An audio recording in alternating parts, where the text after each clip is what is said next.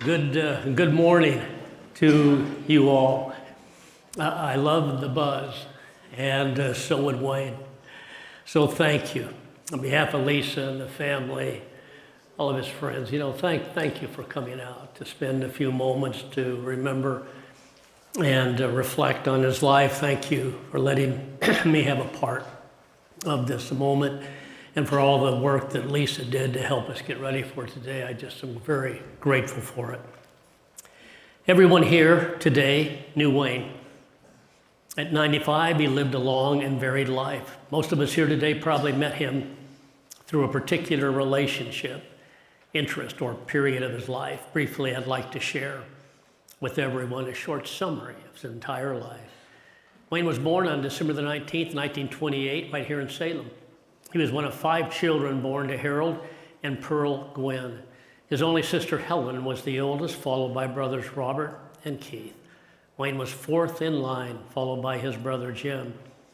In addition to outliving both of his parents, Wayne also outlived all 4 of his beloved siblings. Wayne joined the Navy when he was 21 and spent 4 years serving his country from 1950 to 1954. He was very proud of his status as a veteran. Shortly before his service began, he met his first wife, Bobby Yates. They had a long-distance romance. They got married in June of 1953. His only son, Steve, was born in 1954. His oldest daughter, Lisa, came along in 1956. And unfortunately, Wayne outlived his only son. Steve died about 7 years ago, following a diagnosis of brain cancer. When Wayne finished his service, he used the GI Bill to go to college and receive both a bachelor's and a master's degree in education from the Oregon College of Education in Monmouth. He then began a 36-year career teaching in Salem grade schools, a job he truly loved. Wayne's first marriage ended in divorce in 1958. A few years later, Wayne met and married his second wife, Nora Polk. In 1962, they had their third and youngest child, his daughter, Lynette. While married to Nora, they bought a house on 59th Avenue in Southeast Salem, right next door to Cecilia Wells and her husband. And this is when he first met many of his dear friends and neighbors. After approximately 25 years together, Wayne and Nora's marriage also ended in divorce.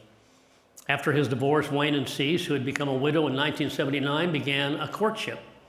And in 1987, Wayne married Cease, the woman he would say was the love of his life, and moved into her home with her back on 59th Avenue. This was his home until his death in March. When Wayne married Cease, he also gained 2 more daughters, Terry Clardy and Roxy Wells. Wayne and Cease had over 32 years together.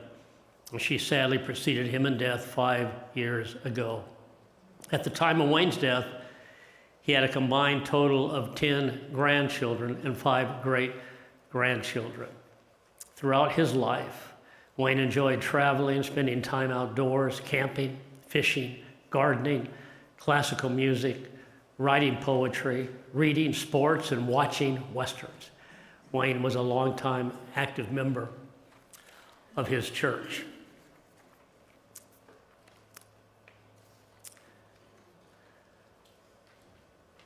Many a man I've come to know.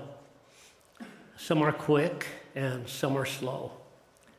Some leave stories of guns a-blazing and some live lives just quietly amazing. My friend Wayne is one of those. A heart of gold and a love that shows. A friend to many, both far and wide, with a friend named Jesus at his side. Somehow he's managed quite a few years. He's known it all, the joy and the tears. And when it happens, his life finally run, that friend at his side will say, well done. So Wayne and I have been talking about this moment for quite a few years. He enjoyed extraordinary health up till really about the time he was 90. And then he began to go through a very rough period. And during that time, he and I had constant conversations. And over he would ask me, Jerry, will you be sure and do my service? Finally, he came to me one day and asked me that, and I said, yeah, but if you keep living, you may be having to do my service. So didn't work out that way, and I guess that's the Lord's will, and we're grateful for that. Wayne and I, I was just his pastor, one of his pastors for the past 18 years. We became good friends. And we shared a love of two things especially in common. One was classical music. If you know Max Bruch, one of his all-time favorite classical pieces is Bruch's, which is famous just in classical music groups, but Max Bruch's Violin Concerto No. 1. He loved that and other music dearly, and so did I. The other thing he loved that's also a classic is the Bible. He loved the Bible. He never came to me without some kind of question about, tell me, help me understand this or help me understand that. So there's so much to share. There was so much life that he lived, so many good memories. We'll try to do some of that today. But it just was a complete joy to know him and to love him across the years. That poem that I read, I wrote for him. I wrote him 2 poems. He wrote a bunch of poems, but I wrote him 2 poems. That was on the occasion of his 95th birthday.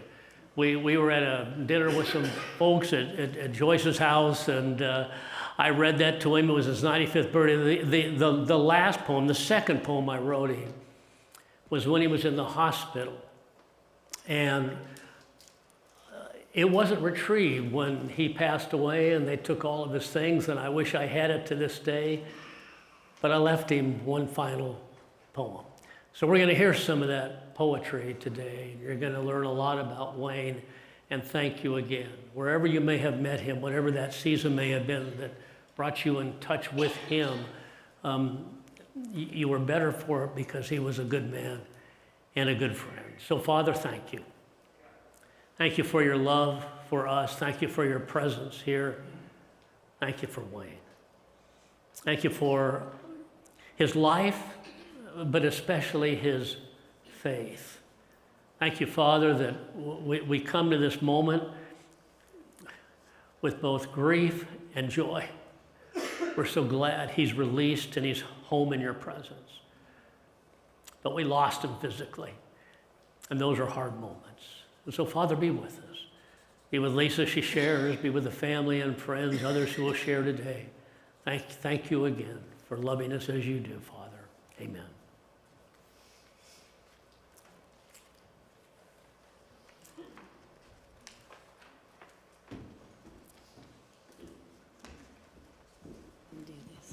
Hello, hello. Good morning, and thank you, Pastor Jay. I'm Lisa Brown. For those of you who don't know me, I'm Wayne's oldest daughter from his first marriage. As I listen to Pastor Jerry speak about my father, and as I look around this sanctuary and see all of you here, I am reminded of how truly blessed my father was. He lived on this earth over 95 years, and in his 95 years, my father lived a lot of life. But living a long time can feel both like a blessing and a curse. Outliving your spouse, all your siblings, many of your friends, even one of your children, can leave people late in life lonely and seemingly without support. Fortunately for my father, that wasn't him.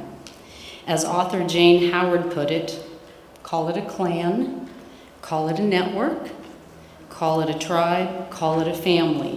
Whatever you call it, whoever you are, you need one. My father had an incredibly large and diverse support system that was there for him. I used to joke with him that he had a much more active social life than I did. I cannot remember a week going by that he didn't have multiple social engagements on the calendar. My father was blessed with overall good health. He had a few scares over these past several years, but always came out on top. He took pride in telling me that his friends, Klaus and Carol Ovesen, called him the anomaly because he just seemed to keep going despite the ailment that struck.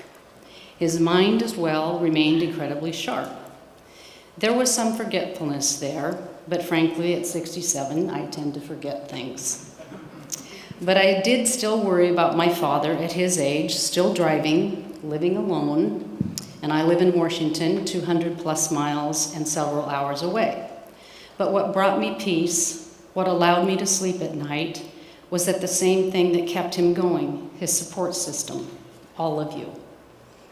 My father and I were not always close. Like many parent-child relationships, ours was complicated.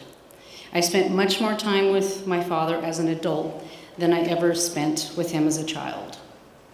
And the older he became, especially after losing Cease, the closer we became and the more involved I was in helping him manage his day-to-day affairs. And the more I came to know and appreciate the support system he had built. I want to take this opportunity to thank all of you for your kindness, friendship, and fellowship that you showed my father and by extension me. First, I want to recognize and thank all of his neighbors on 59th Avenue. I often commented to him that it felt like he lived in this idyllic town of Mayberry. They were like his own personal neighborhood watch program. If someone on the street hadn't seen him by midday, they were checking on him, making sure he was okay. And his neighbors always made sure he had food to eat, especially when he wasn't feeling well. Second, his church family was always there for him. He took great comfort in his Bible studies, church services, and friendships that he had developed here. When he didn't feel up to driving, but wanted to make an event, there was always someone there to give him a ride. My dad had his coffee and donut group of friends, his RV group friends, his teacher friends that he still regularly saw. He also had a family support who checked on him by phone and in person. Honestly, there are so many individuals that supported him that I would like to recognize, but it would take longer for me to mention everyone than you would want to sit here and listen to me. I do, however, need to especially thank Sally Gwynn, who for the past 4 years has been essentially on call as a health aide to step in whenever there was an emergency came up, but was also there to take my dad to his routine doctor's appointments, run errands, share a meal, and whatever he needed help with.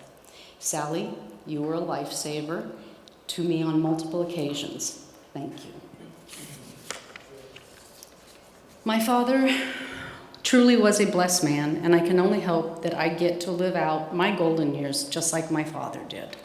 He was able to remain in the home he shared with Cease, a home filled with memories of family and love. He was able to still tend to his beloved rose garden and share the flowers, listen to his classical music, and watch his westerns on TV. I do believe that he watched all 20 years of Gunsmoke episodes at least once. Yeah. But most importantly, he was able to enjoy the enduring friendship and fellowship of so many people up until the end. I think those human connections and friendships are what sustain us and make our time on this earth worth living. In closing, it was Charles Darwin who said, "A man's friendships are one of the best measures of his worth." Thinking of all of you by the measure of his friendships, my father was a very blessed and worthy man. Thank you. Thank you all for coming.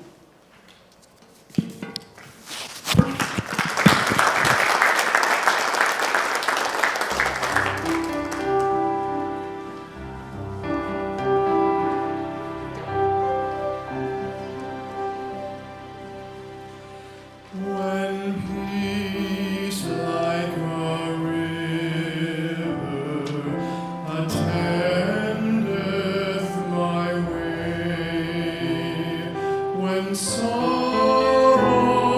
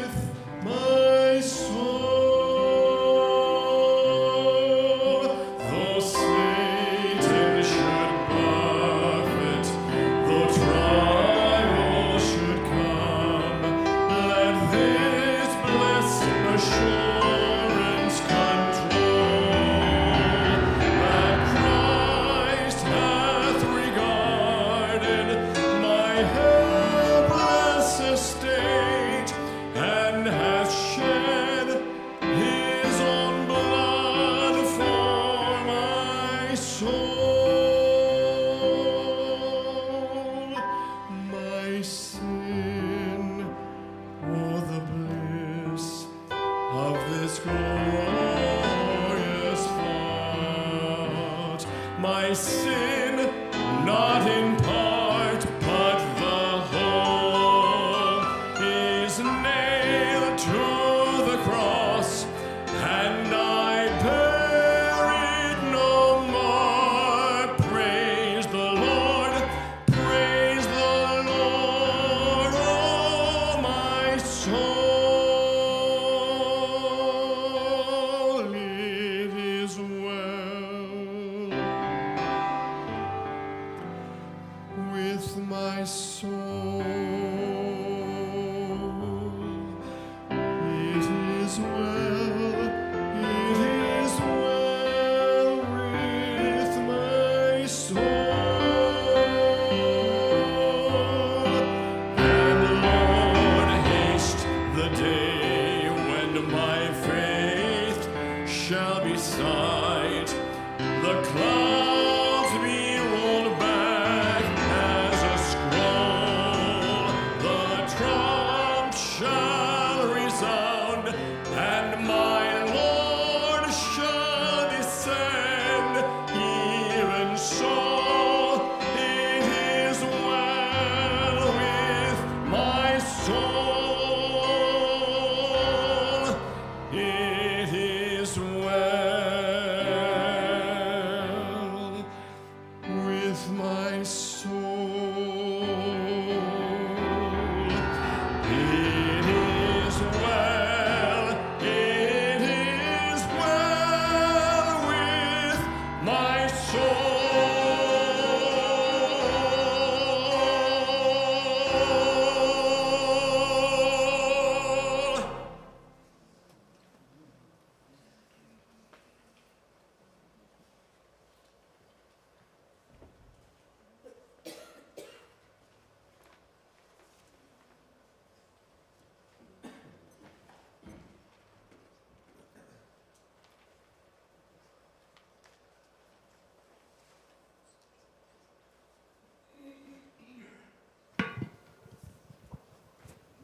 That was beautiful, wasn't it?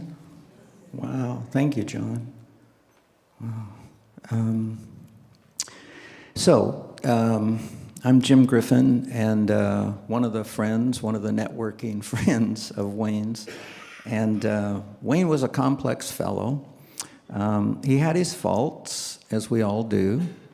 And he said he could have died several times because of his wild and foolish behaviors. And he would be the first to say that I wasn't perfect.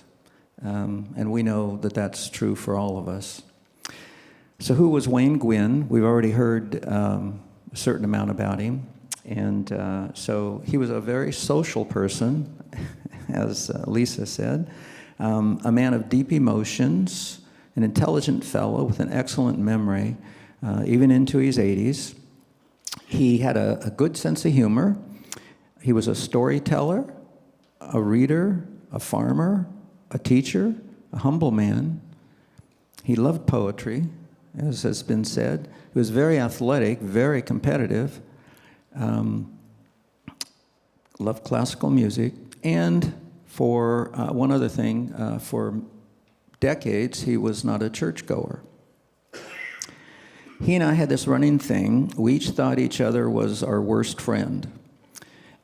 We would greet each other with something like, "Oh no, not you again. If I'd known you were going to be here, I wouldn't have come." And then we'd both smirk. He told me more than once that if I talked too long now, he'd zap me from heaven.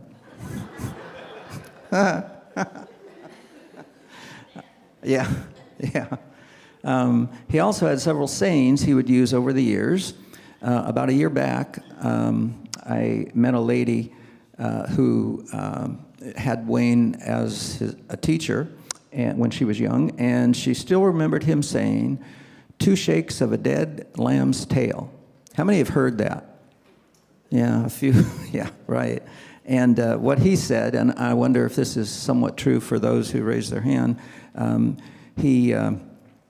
that's something his mother had said, and she said that when she wanted the boys to shake a leg, get going. So I don't know, is that true? Yeah, okay. Wayne grew up on a farm. There were 4 boys and a sister, as we've heard. And he said he and his brothers were always into something. He told me that if that if one of them had done something wrong and no one would fess up, Mom would line the boys up and give them a whack on the bottom. If they complained, I didn't do it, she would say, well, then this is for something else you did that I didn't know about. I met Wayne after I got out of the Air Force and returned to Oregon and became a teacher. I was just starting my teaching career then, and he had been a teacher for a number of years. He was a unique teacher. The kids loved him. He had a way with them, call it charisma, that they were just drawn to him. And the kids respected him. They also knew they could push him so far, but then they had to stop because that was when he would not be so happy with that.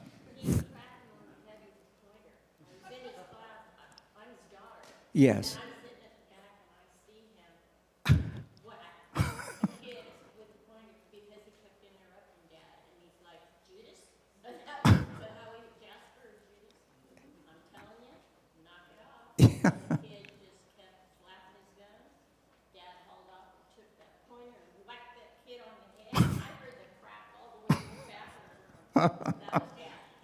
No, that didn't sound like Wayne. I know he broke a yardstick one time. He had, but not on a kid. He and I both kind of taught with a music stand of some sort, just to put our stuff up there.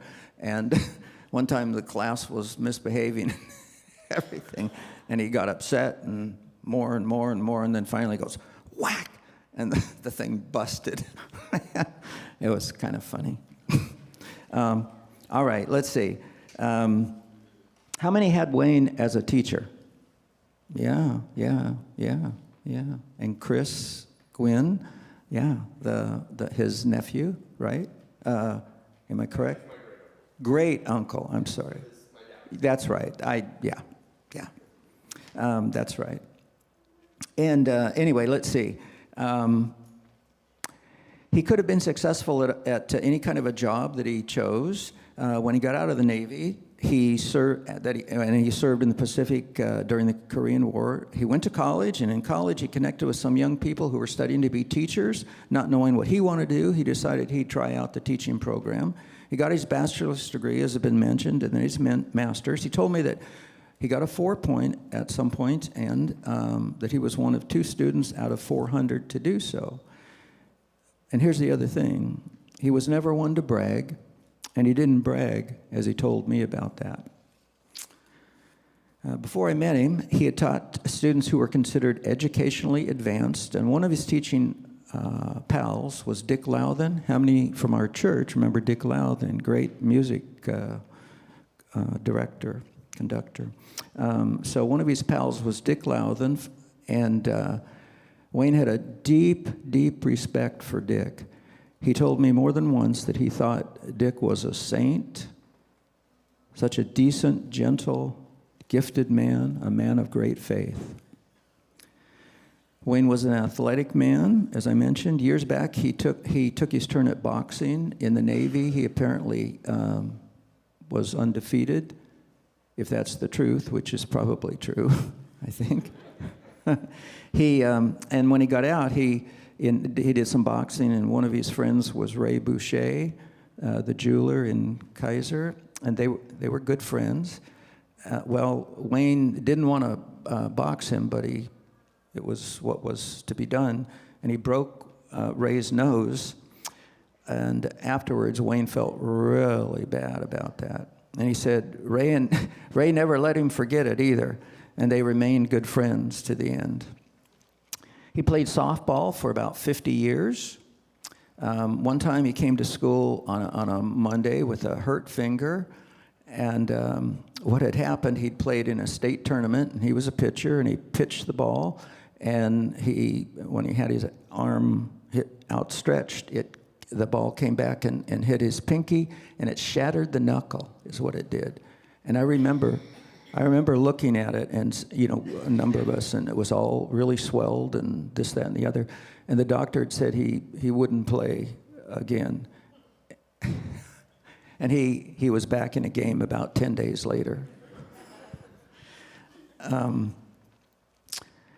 His most fun, really, he told me, was playing the last few years, about 4 or 5 years, when it was just for fun. He enjoyed that the very most. So as competitive as he was, and you out there who are probably competitive, it's almost like you can't help yourself. You're just competitive. You want to win. But at some point, like Wayne here, he enjoyed it the very most those last few years that he could play. As mentioned, he loved music, as Pastor Jerry mentioned.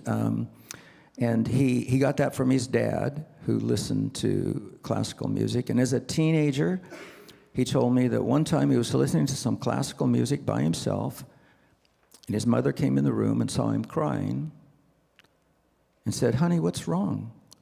He simply said, "Nothing. It's just my music." And she said, "I'd give anything if I could feel music like that." So that's a real gift, a real ability that some people have, like Wayne, and a lot of people don't. What about his faith or lack of faith? Well, he grew up in church. His mother especially was a strong believer, and she made sure the family got to church. By the way, one of his childhood friends was Lowell Michelson from our church here. Wayne went to a different church, but they competed at times in some sport. And when Wayne became older, became a teen, he decided church wasn't for him. It was too stuffy, too restrictive. It was too much do this, too much don't do that.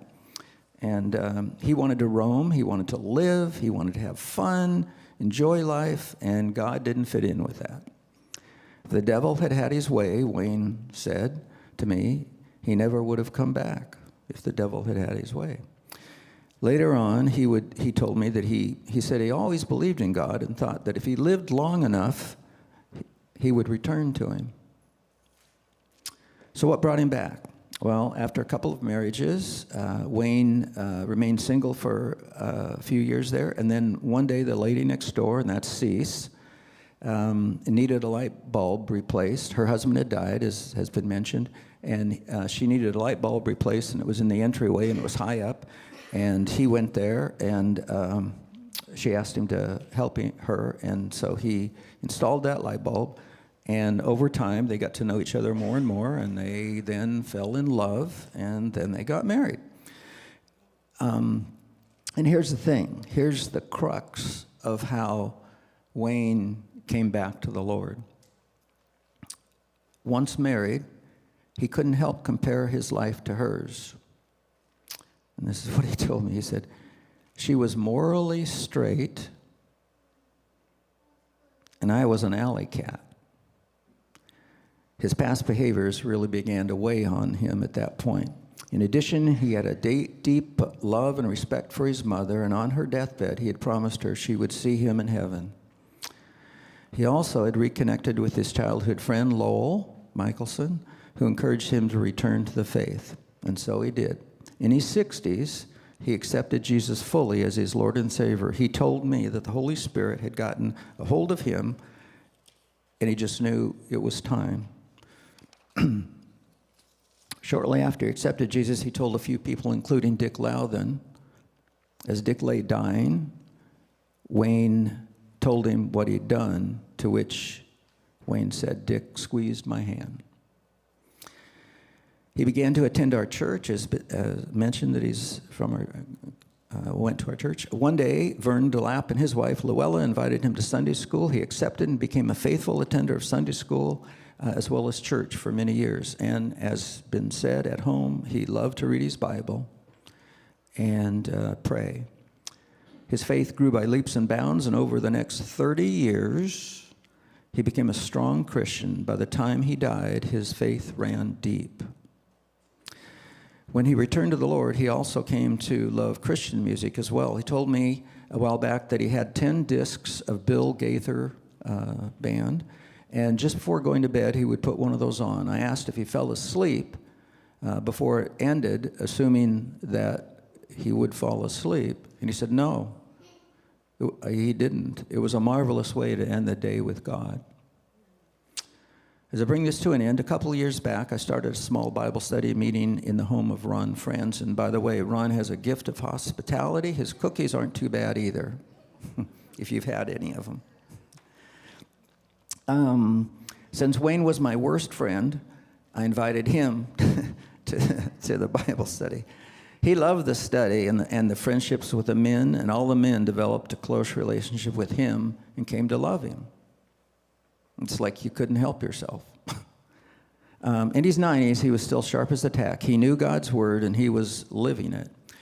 Wayne also had a heart for those who don't know Jesus as their personal Lord and Savior. In fact, his heart hurt. As he was telling me, he was almost in tears. He got emotional, crying, almost crying, as he told me he didn't want anyone he knew to go to hell. And here's the reason. He said he was headed that way for a long time and could have ended up there, but was so ever thankful God woke him up and gave him the chance to come back to his faith. If he were here now, he would say to those who don't know Jesus, do it now, accept Jesus now, because the time is coming when it'll be too late. Finally, one of the things I said about Wayne at the beginning, and we've heard that he loves poetry, and I'm aware that Pastor Jerry, you and Wayne exchanged some poetry. That is really neat. And the classical music, the love that Pastor Jerry has, and Wayne the same. So let's see. So Wayne wrote some poetry, and I asked him one of the times that I was visiting him if he would write a poem that I could share now. And he thought for a moment, and then he said he'd write one for this occasion, and I'm going to leave it with you. And the poem is also out there on that table where you signed in as a guest. It's fairly short. So one more poem is what he titled it. And it says, by the time you read this, I will have taken flight to a place in the sky where there is no night. Just love and peace for eternity is all mine. As I near the place that's to be my home, I'll be looking for faces I surely have known. Can you imagine my joy when I hear Jesus say, welcome home, faithful servant. Now enjoy your stay. And Wayne, I guess I wasn't too long. You didn't zap me.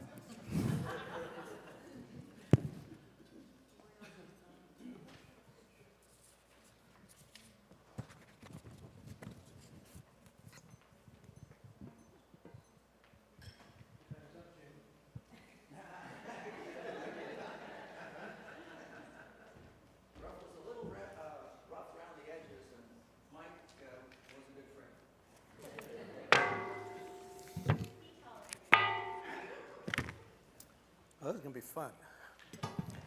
Let's see, I guess I need to use this thing. How's that? All right. Wayne asked me probably a year and a half ago if I would speak at his memorial service. I said, oh yeah, I'll be glad to speak.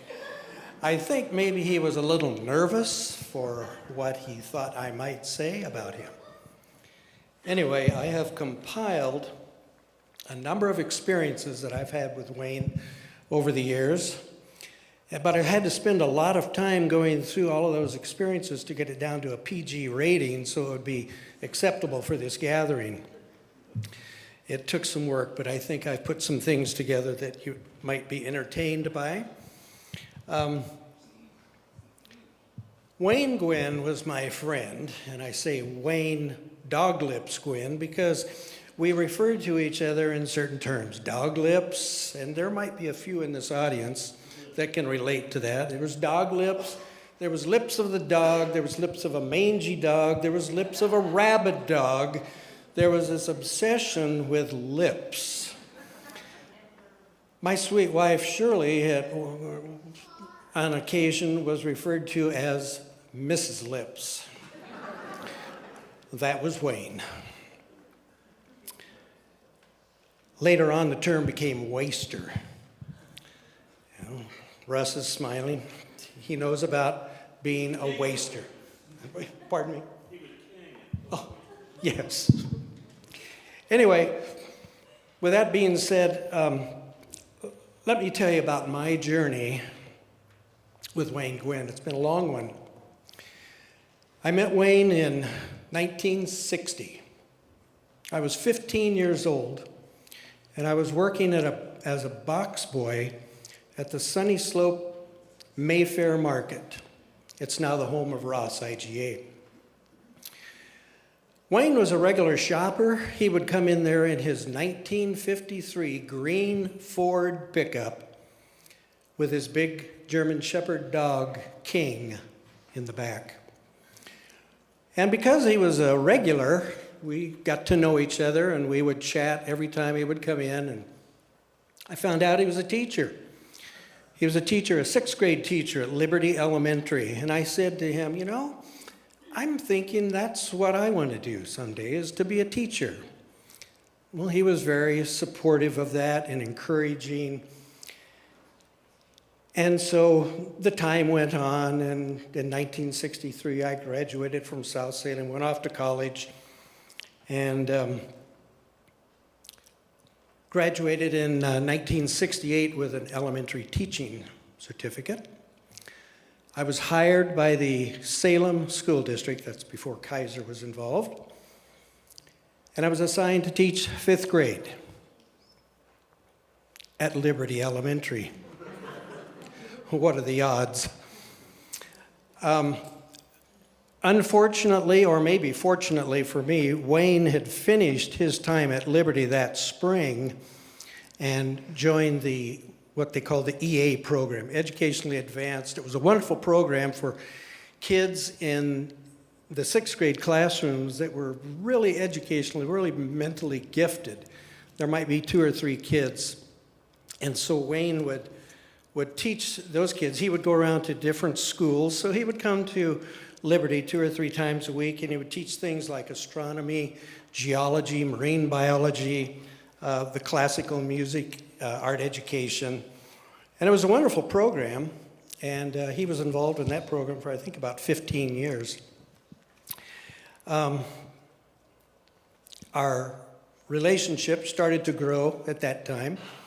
And occasionally on a Friday after school, we'd get together for a beer call, usually at the Can Room or some other place where they served cold beer, and we'd chat and have a good time, and really got to know him.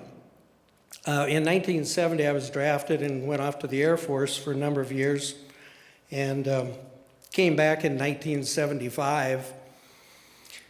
And my wife Shirley and I, in 1976, bought a house on 59th Avenue,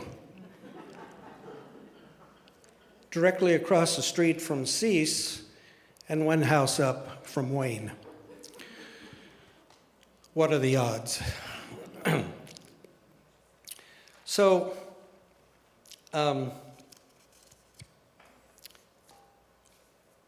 at that time, our friendship really grew, and our families came together, and we had some wonderful experiences and times. And one of the things that occurred, well, let me just back up a little bit and talk about Wayne as a prankster.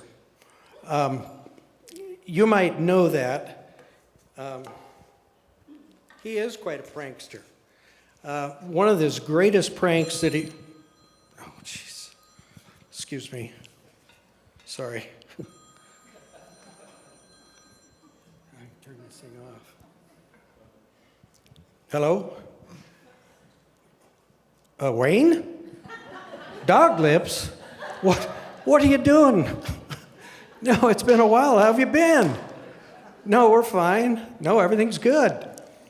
No, I'm just here with a group of people. We're just having some talk today. No. Hey, can I get back to you later? I promise I'll call you in a little bit. Okay, buddy. Goodbye. What a prankster.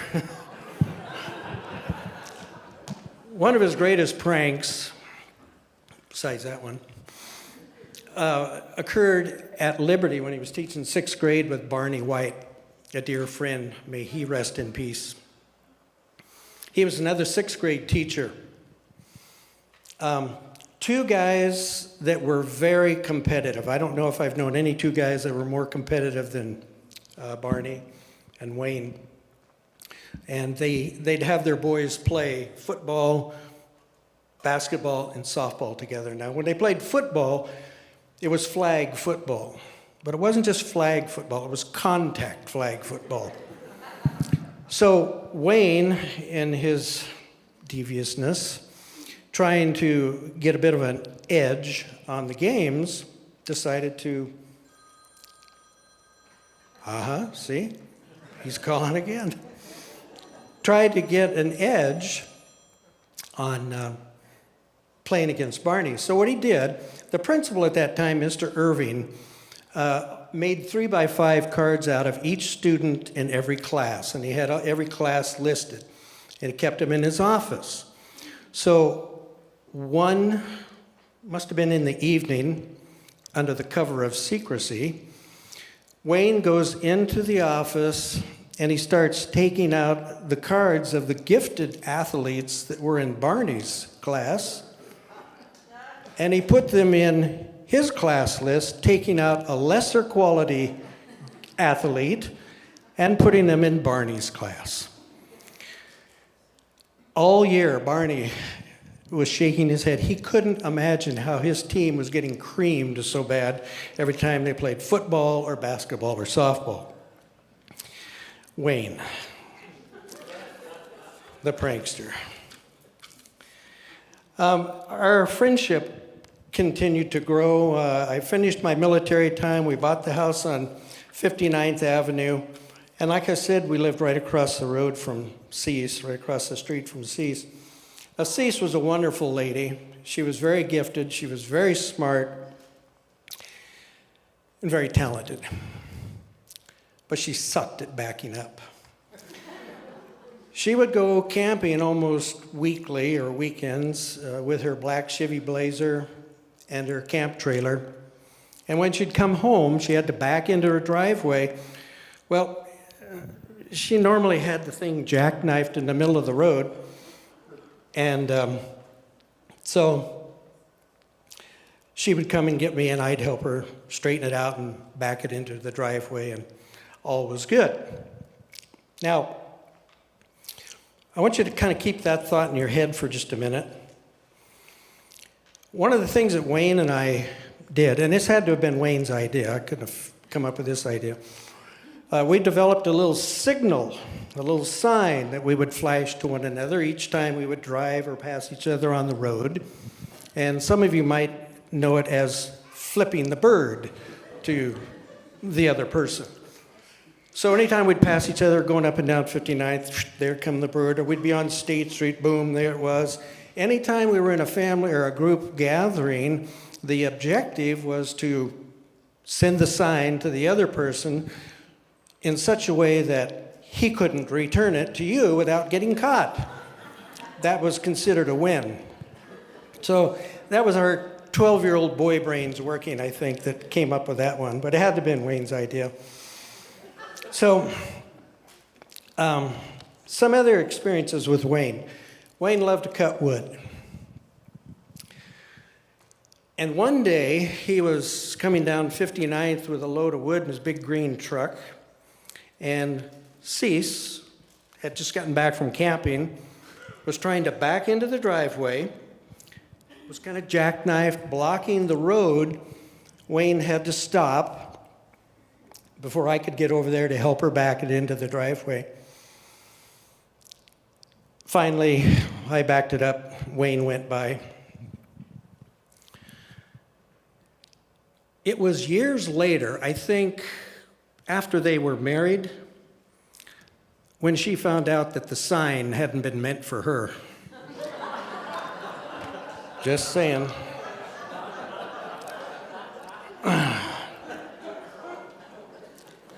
Wayne Gwynn. How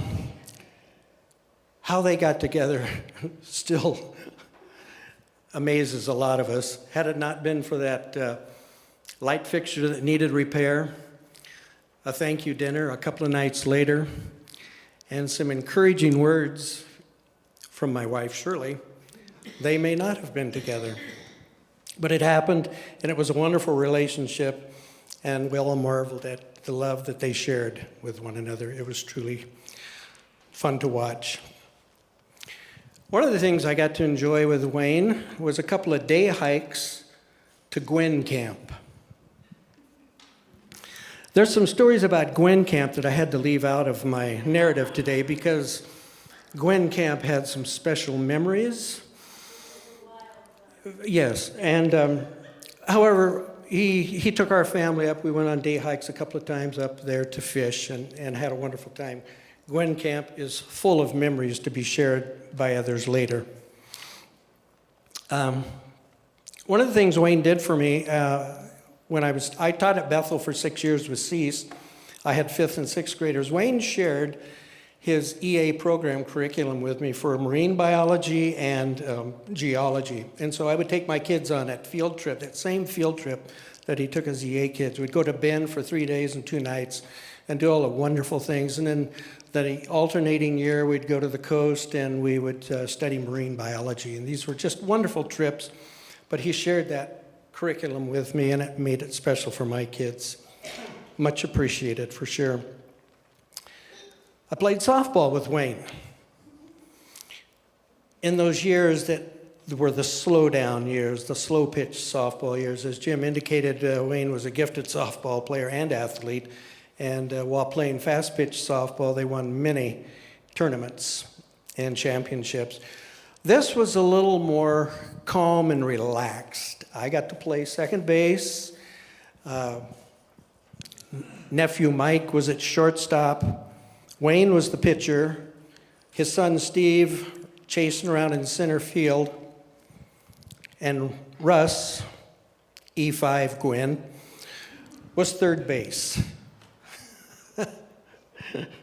What a time we had. We won a few games. We drank a few beers. And we had a lot of laughs. It was great.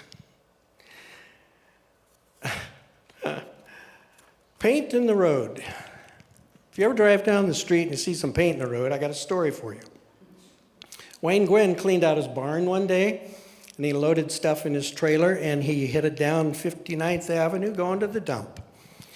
Apparently, he had thrown a can of paint in the back of the pickup, didn't put the lid on tight enough, and it leaked out.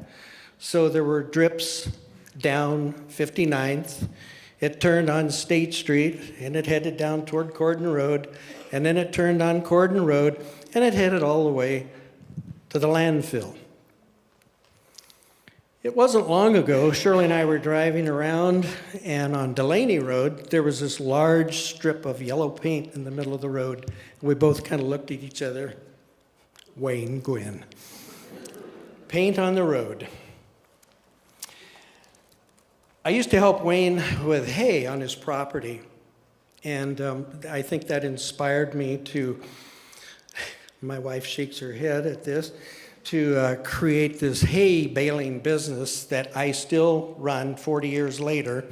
And we've just been busy this last week, my son and I, participating in that. Fishing trips to Canada. In about 1961, my dad always owned airplanes.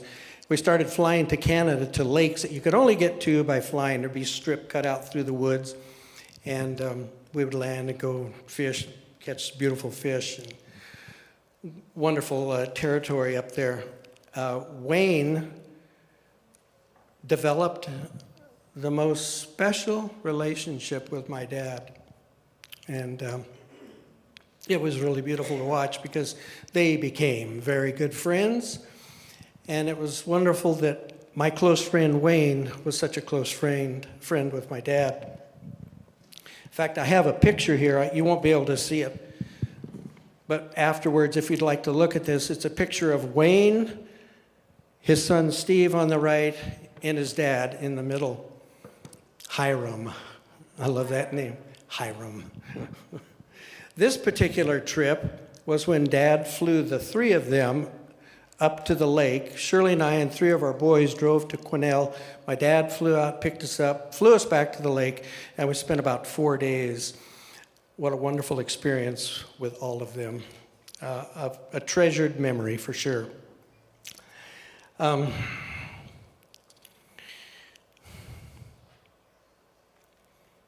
As I mentioned, Wayne's relationship with my dad was really special. When my dad passed away on March 1st, it's been that long now, 2016, Wayne gave a very heartfelt, warm, compassionate eulogy to my dad. And he said then what he had told me several times before and since, that the only man that he loved and admired more than his dad was my dad. I carry that with me every day. It was very special. In recent years, Wayne has been a regular at our family get-togethers for Thanksgiving and Christmas, and would always give a beautiful blessing prior to us sitting down to have the meal. In 2019, we made a trip to Chewelah, to the family farm. The family farm, it's a century farm, been in Cease's family since I think 1892, something like that. It's a beautiful place. If there's a place on earth like heaven, it would probably be Chewelah, especially in Wayne's eyes. So Wayne and I and son Brian drove up there because Wayne wanted to bring back some items that he had up there. And we did that. Nobody was living in the house at the time, so we had it all to ourselves, and Wayne showed us around the entire property. It was really nice. In 2021, he asked me if I'd take him up there again, and I said, of course. We drove up there and spent 3 wonderful days. At that time, Terry and Charlie were there, and they provided a wonderful experience for us in those 3 days. Thank you. It's well remembered and thought of. We were going to go in 2023. Things came up. We didn't go. This year, Wayne talked about going up in May, and we were going to do that. But something interrupted that trip.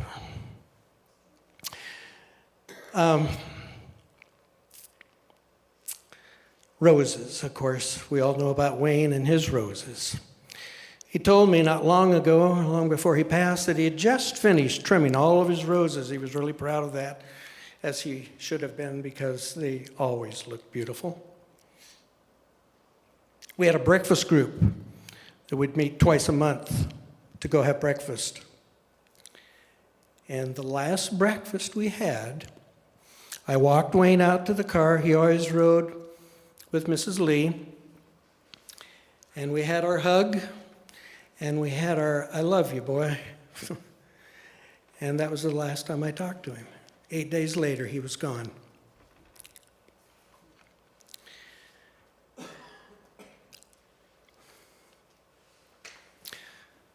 For me, Wayne blessed my life.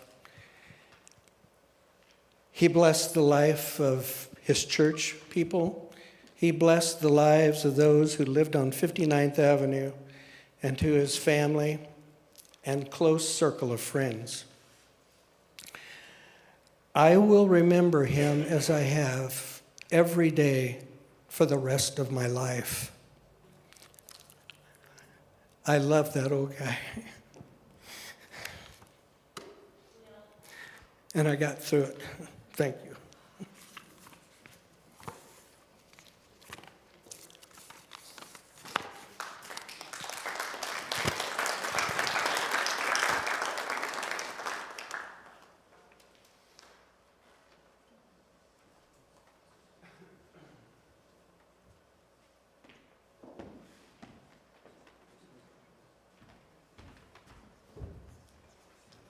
Well, good afternoon. My name is Mallory Gwynn. Mallory Wayne Gwynn. Wayne, I got his name. My dad and him were, My dad and him were pretty close guys. And some of which I'll share today are things that many of the Gwynns that are here will remember. As we were growing up and where we grew up. Some of those, what I want to share with you is Uncle Wayne's absolute direct influence in my life when it comes to plants. And so let me just get us started here with some of the areas that we gathered. We gathered a lot out on State Street at the farm where Grandma and Grandpa lived. And it didn't take much to get us there. Sunday after church and a meal we collected how many times, friends, right? How many times did we go out there just on a Sunday afternoon eating good food? And he did like good food, by the way. And then so that was all the cousins, you guys remember those times, man? Those were so fun. And, but then there were the more, when those times were gone, like the holidays and stuff, there were other more personal times that I had with Uncle Wayne. And one of those was usually when Steve and I were together, and Uncle Wayne, of course, was there. This is after Grandma and Grandma had sold the farm. And they also had the farm, but he would take the two of us and just beat the tar out of us. He would pile it, he'd throw us down, and he'd just, throw one of us on top of the other, and he just loved it. There was a lot of elbowing, dadus, and all kinds of words that came out of his mouth that nobody ever spoke except for him. He knew what they meant. And those were the childhood days of getting to know our aunts and uncles, and it was a vibrant family. We had a good time, and we loved each other, I think that's one of the things that was really good about the Gwynns. I remember Thanksgivings were football days, both in terms of, so we would, regardless of, remember this, guys? Regardless of weather, we would dress up, and it was, we'd try to split the teams. Uncle Bob and Uncle Wayne and my dad, they were out there, but Russ and Tom and, Mike and Matt, my brothers, and myself, I was the youngest, and that was probably problematic at the time, but we would play football. We would absolutely, on Thanksgiving, it was tradition. And that didn't stop for a long, long time. I think finally when we, the cousins who were the little chaps, when we got to the point where we couldn't run anymore, I think we called it off or something like that. But anyway, we did that for a long time. But those times, those game times, they were important things for our upbringing. They were the things that money could never buy. It's only by virtue of the human relationship, and in this particular case, the Gwynn relationship, that tie just simply could not be broken. And it's still good today. It's still good today. Regardless of our lives being shifted to this state or that state or there, here, there, when we come together, there is a bond there that simply cannot be broken. It's a wonderful, wonderful thing. And Uncle Wayne was a big part of that. You know, he carried that torch longer than anybody, right? All our moms and dads are gone, and Uncle Wayne was the last on that side of the family. Oh, by the way, and now we're the last. It all goes so quickly, doesn't it? But I remember football at Thanksgiving, and then the TV would come on, and there'd be more football. Then we'd watch the professionals play, and that was always a tradition in our family. And one year, I remember Uncle Wayne and Aunt Nora, Lynette was, I'm sure, there, but they came up to our place, and we had this little shack of a house on 115th in Boise, and it was, the only thing about it is it was big. You know, it was a big old house, because we had a big family, 7 kids. But man, that was a good time.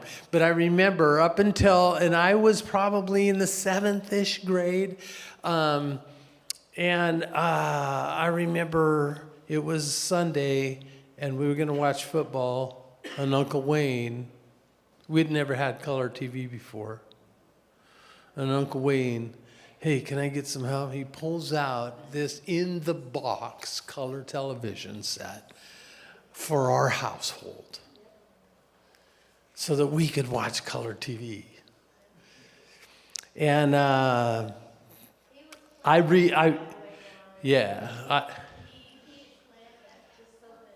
no, yeah, no. No.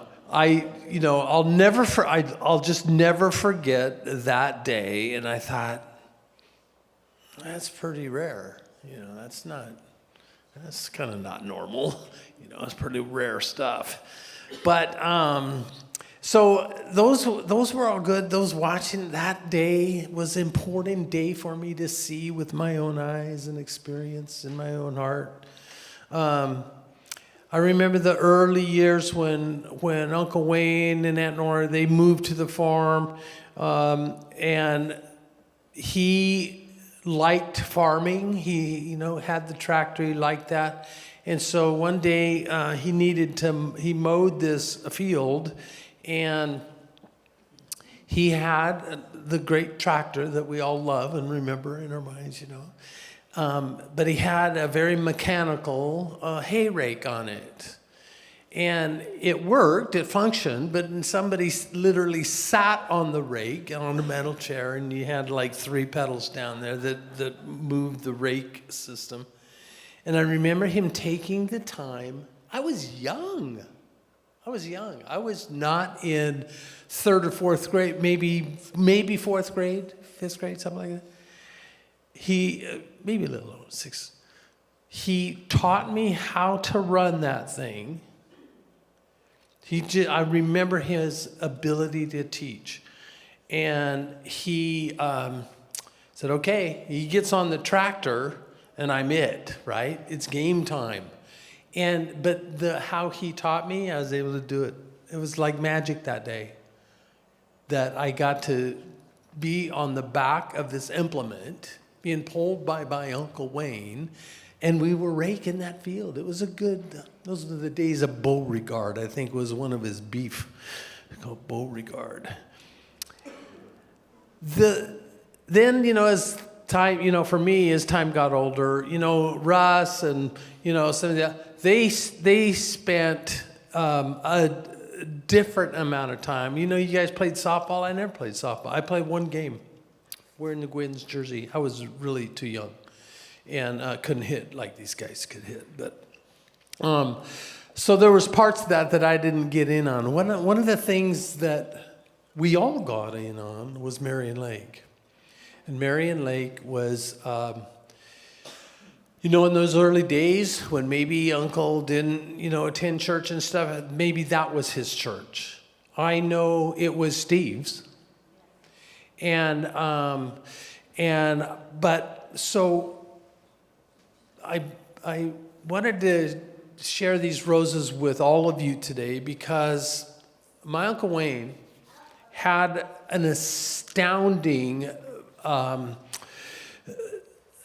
leading me by the hand experience for his passion for plants. And I remember we hiked up to Marion together one day, and this is the first time I was introduced to botanical terms for plant material. And he always knew them, and he always spoke them. And he'd let me know what the common name was, but he also let me know what the botanical term was.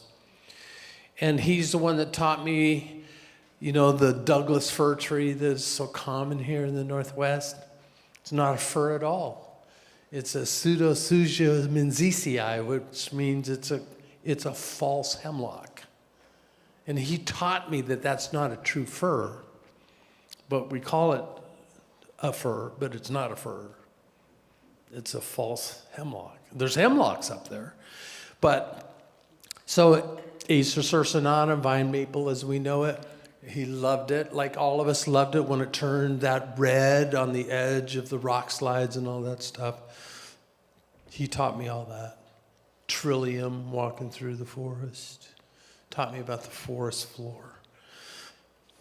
And it was his mom, Grandma Gwynn, that when I was out there one summer with Grandpa and Grandma, she took me by the hand and she took me out. You guys remember the garden, and in the garden were a row of roses. And she took me and she had me smell those plants. And I'm sure it was that passion that she had for her garden, even though much of it was a garden of sustenance, because they came out of that Great Depression time. But she always found the beauty, and so did he, and he loved roses. And that's rosaceae is the botanical term for that plant, and it's akin to apple trees. If you look at the rose on a wild rose, you know, they're single petals. If you look at an apple tree, it's almost identical petal, right? They're in the same family. Those are the things that I got to learn because of his passion poured out on my life.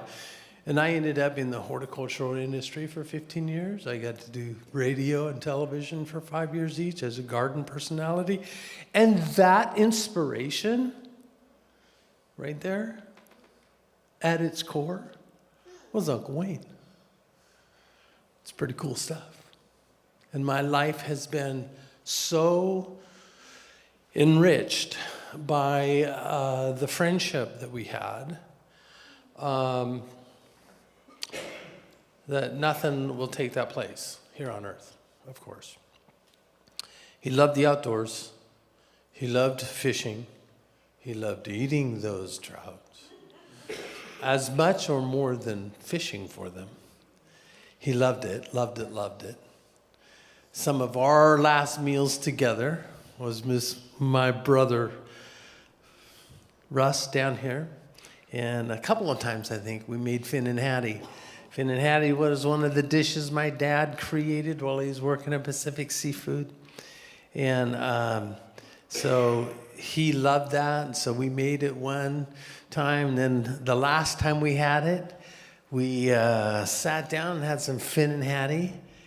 And I think we watched an old Charles Bronson movie together. And that was the last time I got to see him awake. We got to go up. Thank you to Greg for calling us that night. We got to go up into the hospital room and at least see him before he passed away. And yet what he left is immeasurable. And so one of the best ways that we can all honor a life like this is just don't forget about him. Just don't forget about him. Just remember him. And remember the influence and the things he influences all in a different way, you know. Anyway, we had our coffee shop and Canby, our restaurant, and many of you have been there, and thank you for that. Thankfully, it's sold, and we're out of that business. But it was a good business while it was there. Across the street were some apartments downtown Canby, and there was a couple that lived in right on the corner. They could see Gwynn's coffee house from their room. And one day we were leaving the shop and they were sitting out front. And she speaks up and she says, "Gwynn, well, that's an interesting name." I said, "Yeah, thank you. It is. It's a good name." And she goes, "Is it possible that you have some relative that taught school?" And I said, "Well, I happen to have that very thing." And they got to talking, and she says, "Well, I went to 91 school." 91 was a country school in the Canby district. And it's a K through 8, little old country school, still there today. And she said, "I went there, and there was a man with last name Gwynn, and he was my volleyball coach." And so it wasn't too long, many days after, she comes down, and she plops this picture in front of me. And it was the volleyball team. And there he was. It was his first year out of college, and that he only taught there for 9 months, 1 year. And then he was gone. But in that time, that influence, she brings a picture, so we say, "No, this isn't the end of it." We got them together. We got Uncle Wayne and her together because they knew each other, right? He being the teacher of the student. And I tell you that to say, well, all 5 of our daughters went to 91. Isn't that interesting? Yeah. Wherever he went, even if, look, what was way back in different periods of somebody's life, it's like, what's the end? What's the end look like? And the end looks like, for him, it looks like he influenced a lot of people. A lot of people. And I'll be forever grateful for his influence on my life. By the way, he didn't just like symphony music. We watched a good Eagles concert together with him, too. And that was only like 2 years ago. So he didn't know who that guitar player was, that crazy looking one. And it's like, "Joe Walsh, Uncle. Come on. That's Joe Walsh." He's the last one in the generation. He's gone. He's the last one. We're it, cousins. We're it. And whatever your life is like out there, you're it, maybe. You're that next generation that finds its way out of here, right? And so I think it's important for me to say this. You got to think, is this it? Or is there something beyond? So I thought I'd tell you this story, and it has nothing to do with Uncle Wayne, but it has everything to do with him. My mom passed away in 1988, and I remember the last Saturday that we had everybody, Saturday and Sunday, all the cousins came up and saw Mom before she passed away. She was on her way out. We knew it within 2 days. And that was a stressful day for her, I'll never forget. She was extremely gaunt with cancer, really taken in. And I remember looking at Steve when he passed away, and it's like, I know that look right there. I know that look. And so as it was, Mom loved the hymns. She was a great pianist. She loved music. So I was in the room where she was just after everybody had gone. She was exhausted. We put her up into the bed and knew that she was going to, fall asleep because she was exhausted. And so that happened. And so I got my guitar and I played this chorus that was going around at the time was Psalm 5, give ear to my ear, O Lord, consider my meditation. It was put to music, and I was singing it to her, just her and me. And I look at you in the eyes and tell you that I saw this with my own eyes.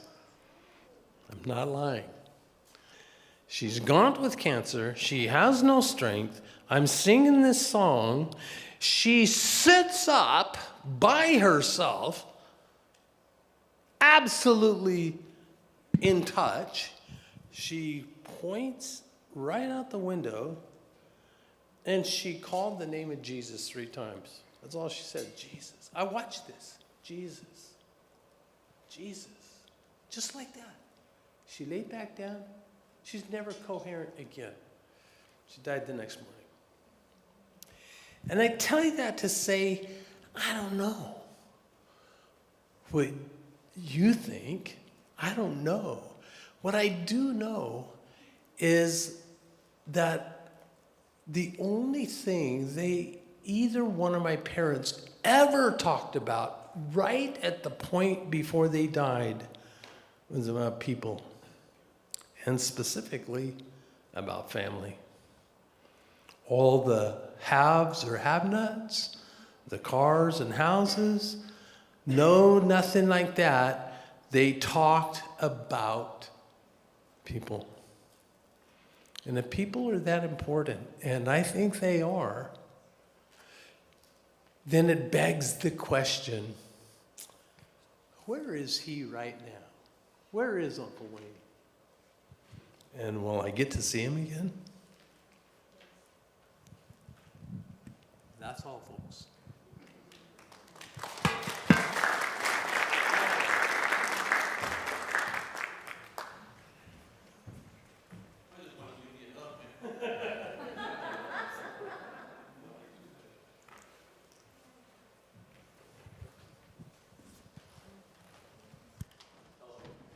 Oh, there we go.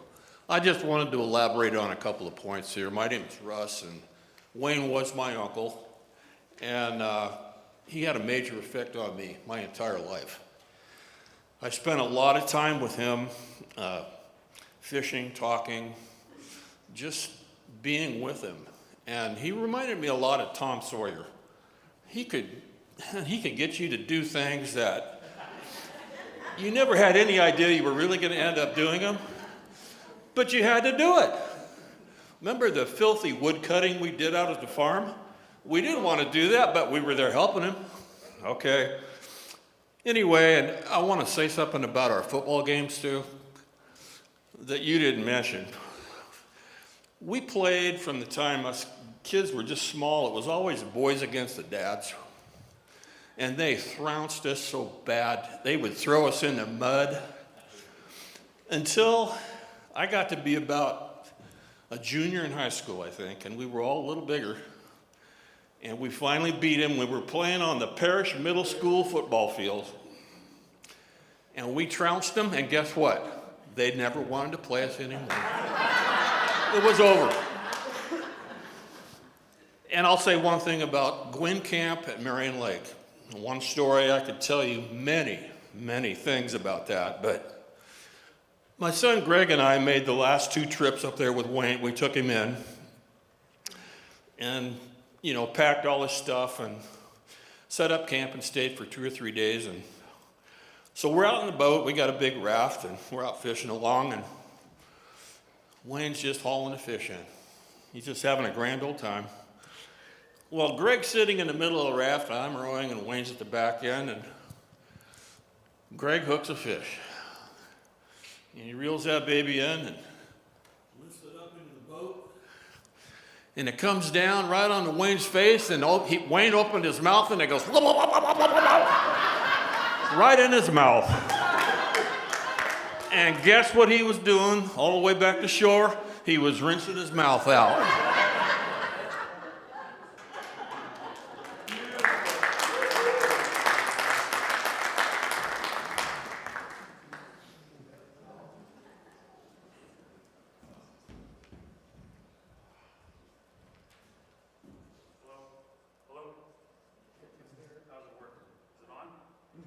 I don't need it. Well, my dad, I'm Gwynn. My dad just took my story. Thanks, Dad. But yeah, that day, that was Uncle Wayne's last trip into Marion Lake. I don't know how old he was. He was mid-80s, I believe. Late 80s. Yeah, and he asked me to carry his equipment on top of all of my equipment. And so I agreed, being the young man that I was, fresh out of Iraq. I had strapped his sleeping bag to the outside of my backpack because I couldn't fit it in with all the rest of whatever I needed to survive that night. And we get to Gwynn camp and we're unloading our stuff. And Wayne looks around and he goes, "Where's my sleeping bag?" And I looked at him and I said, "Well, why are you asking me?" And he said, he goes, "Well, what am I going to do?" And I offered him a bed sheet to survive the night. And in reality, I ran from Gwynn camp all the way back to the first rock slide to find his sleeping bag. Yeah, right, because he wouldn't have made it. So he also, in regards to getting you to do things that you never thought you would do, he says, "Well, I want a campfire." While we're looking around, we don't have any rocks. How are we going to build this fire room? The next thing I know, I'm climbing up towards Prill Lake with my backpack, and I fill this thing full of rocks. Because it seemed like the right thing to do due to the manipulation that I had just suffered. So we do that. And I told Wayne, here's a different story, right? Because he took my good story. And Wayne, we talked about getting zapped by Wayne. I told him I would tell this at his service. And my dad and Mallory probably already know what I'm about to say. So Mallory hosted a family reunion, the first family reunion at his home. And with that, I love to cook. I think it's a Gwynn thing. We all enjoy cooking. So I went to Costco and bought $300 worth of salmon. And I show up early and I'm smoking the salmon prior to the amount of guests to come. So I cook this fish and I'm serving it. And Wayne shows up, there's 4 fillets, and he grabs a fillet and walks off. And in my mind, what are you doing? But my father reminds me, says, "Son, that's just how Wayne is." So, give me with the best shot.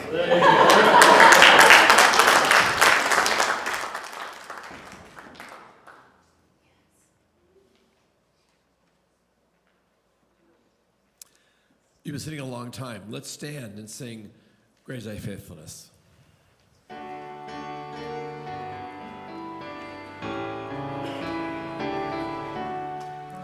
Great is thy faithfulness, O God my Father.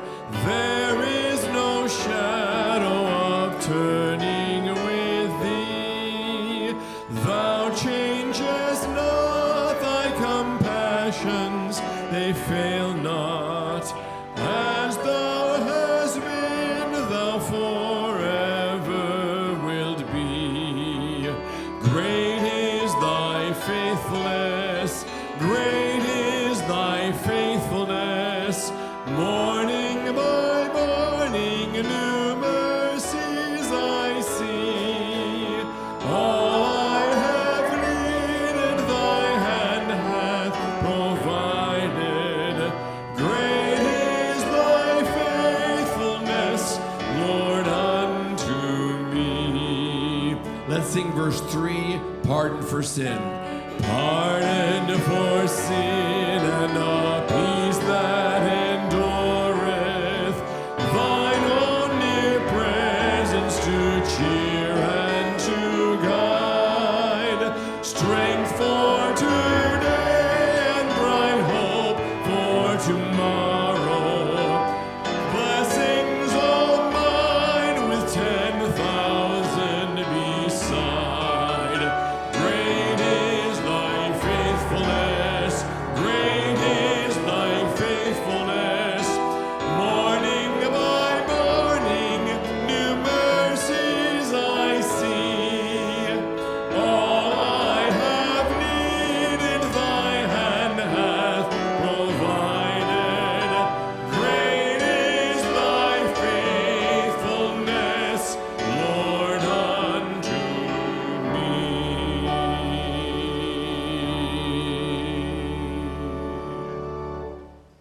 Please be seated.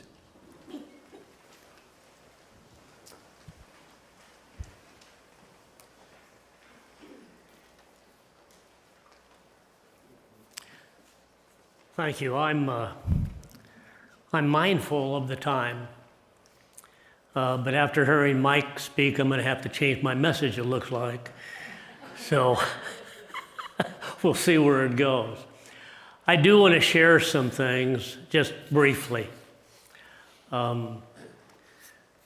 because I know he would want them shared at this moment. I walked into my office after he was gone, and I found a letter that with a return address that said heaven on it. I don't know how many of you may have received this, but it was reflective of Wayne's love for people. But it was a letter to my good friend Jerry. He said, "I greet you from heaven." And he went on to talk about the experience. He said, "I think one of my first tasks is to look into the music department. And I'll bet it's much more than we can imagine." And then he said some nice things about what my life had meant to him. And he said, "You can count on me to be at the pearly gate to welcome you to our eternal home in God's presence. And until then, may God bless you and keep you." He said, "I remain your loving friend." He said, "P.S. I think maybe I'll take a little break and go for a walk with Jesus." And then he said, "P.S.S., and I hope Bertie's in here." He said, "Tell Bertie, I wish I could send her some roses, but what I can send her is my everlasting love." His poetry reflected his heart for people, a heart that I want to say over time changed because of Jesus, of coming to know Jesus. I thought of that verse in Matthew 5 where Jesus said, "Let your light shine amongst people so that when they see your good works, they glorify not you, but they recognize and glorify your Father who is in heaven." Wayne wasn't perfect, but he did his best, especially as he grew older, and especially with his faith that he found fairly late in life, to love well. It's why the memories are so rich. Even before he became a Christian, he valued people and he valued relationships. He made some decisions early on that he regretted the rest of his life. But he did his best to love those who were his friends and his family to the very best of his ability. He was thankful for the blessings of his family, his friends, his neighbors, and a little dog named Vivi. And I told him I would. I collected. When he would come to see me, I have a file on Wayne like the FBI has on some criminals.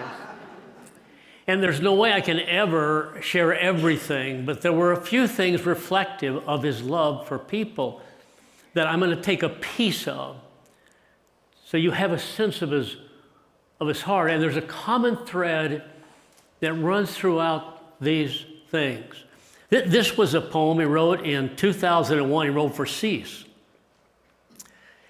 And he said, "Of all the gifts I've ever been given, there's only one that's been sent from heaven. It's God's way and his infinite love, who knew this pilgrim needed peace from above. And whatever the reason the match was made, the bonds of forever were surely laid, and the happiness it's brought goes on and on, blessed by God in his loving bond.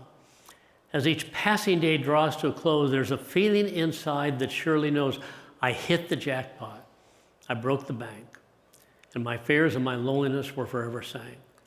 So thank you, my love, for the pleasures you've brought and the lessons of trust that you've honestly taught. My spirit soars, and my love is the lever. Love is the lever that brought us together forever and ever." He talked a lot about his neighbors. I have multiple poems. I'm going to read just excerpts. This is called The Neighborhood That I Love. I just am curious, how many of you are his neighbors on 59th? Thank you. Bless you. I've never met you, but I've heard of you many times.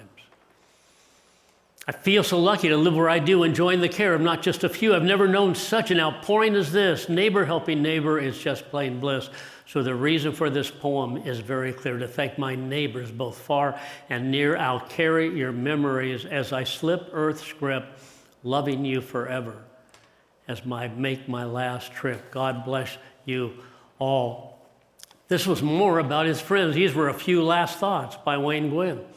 The friends that I've made, I hold in my heart. It saddens me to know will soon be apart for each of you, both husband and wife, so helpful and caring and always so nice. I don't have the space to list each loving neighbor, but as long as I live, I will always savor your names would fill the care book of time. And for each of you, I sincerely wish the same. This was to honor the ladies of 59th Avenue. Whoa, I'm not going to read it all. Whoa, behold, who's coming down the street? It's the fairest ladies you'll ever meet. With hugs and greetings for one in need, they fill my heart with their loving deeds. When I needed their presence, they helped me cope, and through the darkest hours, they gave me hope. With applesauce in jars, berries in a bowl, bananas in a loaf, they warmed my soul. And he said, I know these verses lack a real poet's skill, and the feelings expressed won't bring a thrill, but to each of you who've given so much, I pray God's gift of his loving touch. His last thoughts at large, a note to me, but he closed this way. He said, when I rest on that distant shore, I'll keep my eyes on that opening door. And surely one day I'll see his face and I'll say, welcome home, Jerry. Now let's share his grace. And finally, because I promised him I would, I don't know if we actually spent more time talking about whether there's animals in heaven or about getting to heaven, but I will tell you this, he was obsessed with knowing that Vivi would be there. And so I did everything I could to convince him of that fact, if you're wondering. Yes, I believe there are for lots of reasons, and I think Vivi is there. And this was to Vivi, my little pal. She entered my life one fine day full of vim and vigor. I'd have to say she was given to cease as a present, you see, but for some little reason, she seemed to favor me. We needed a name for this bundle of fun. For sure, we must have considered a ton, and for the name we chose, I'm not quite aware. After many suggestions, I got to where I didn't care. So Vivi's her name, because it's the one that stuck. And as I reflect, it was on my very good luck, so day in, day out, we became the best of friends. And I fervently wished it would never end. After he gave me this poem, because he knew she was reaching the end. And after she passed away, he came and saw me, took the poem back, and added this. He called it the postmortem. With heavy heart, I call her name. No answer, just a picture in a frame. For 16 years, we were never apart. This explains the reason for a broken heart. She's gone now, and I'm left to wonder, will she be around when I'm called up yonder? My heart says yes. She'll be watching for me in that place called heaven, where soon I'll be. Do I know where Wayne is? Yes, he's in heaven with the Lord. He's in heaven with the Lord because he put his faith in Jesus, who was the one who said, death will not have the final say. Death will not overcome the life God always intended. Death is the interloper into the reality, not the other way around. And Jesus came to show us that through his life, his death, and his resurrection. And then he calls us to carry that message of hope to people so that at a moment like this, it's not goodbye forever, it's just goodbye for now.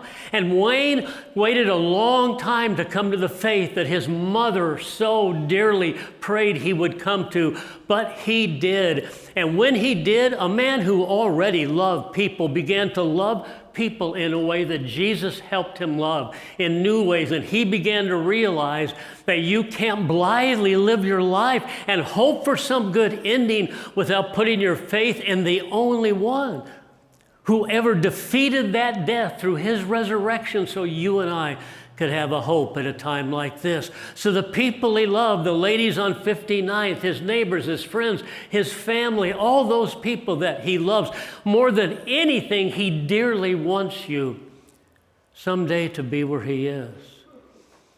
And that happens when you put your faith, when you trust Jesus, to make sure that when that moment comes, and the life that you know here is suddenly ripped from your body and your spirit must dwell somewhere. At that moment, that trust in Jesus makes sure he's the one that grabs you and takes you safely home across that threshold. I know where Wayne is. Wayne and I talked about it, and someday when there's going to be a great reunion, and I'm going to be there. And I look forward to seeing him and others. And I will say,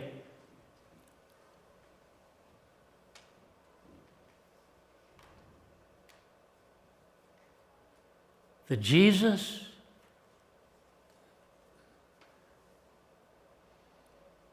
that was seen by those that talk today is a Jesus that's very much alive and real. And he desperately wants to talk to you too. Now, early, as soon as possible, because as what was said, you've got a life to live. You have no idea how long it'll last. Make the most of it. Invest in this world, in people. Invest in things that are going to carry on after this age. So thank you. I'm grateful. Grateful for you, for his friends, for those who share, and grateful for the moments that God gave me with him. So Father, thank you. Be with us as we carry the memories of our friend.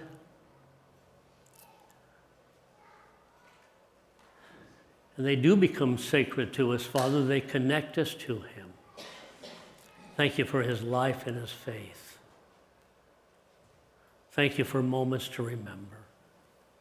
And thank you, Father, for your Son who makes it possible to face these moments with hope and a reality. This is not goodbye forever. It's just goodbye for now. Your Son makes it so. May we all put our faith in him just as Wayne did. Amen.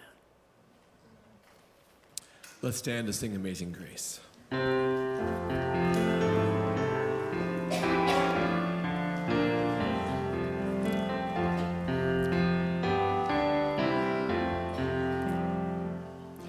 Amazing grace, how sweet the sound that saved a wretch like me. I once was lost, but now am found, was blind, but now I see. The Lord has promised good to me, his word my hope secures. He will my shield and portion be, as long as life endures. Through many dangers, toils, and snares, I have already come. 'Tis grace hath brought me safe thus far, and grace will lead me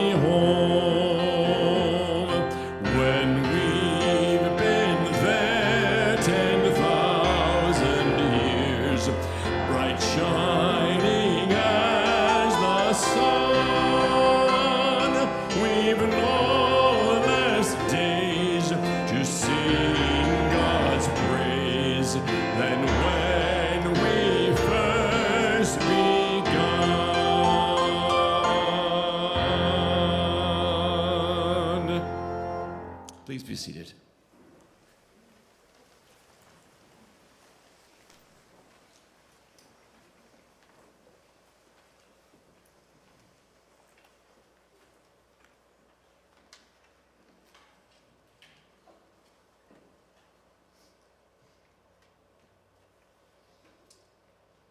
Please rise for military honors.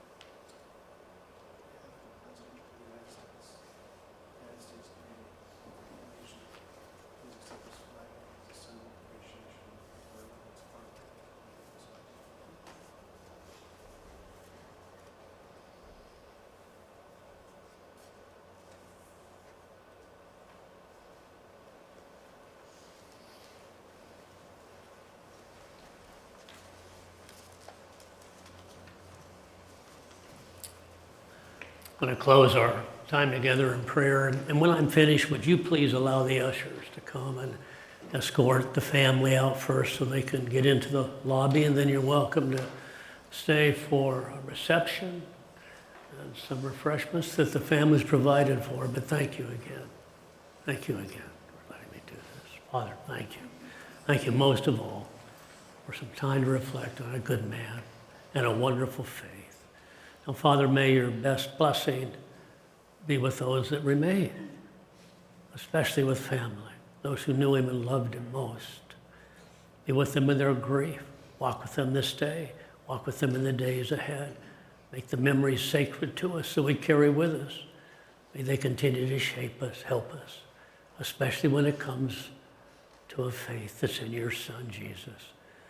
So we bless you, Father, and thank you for it all in your Son's name.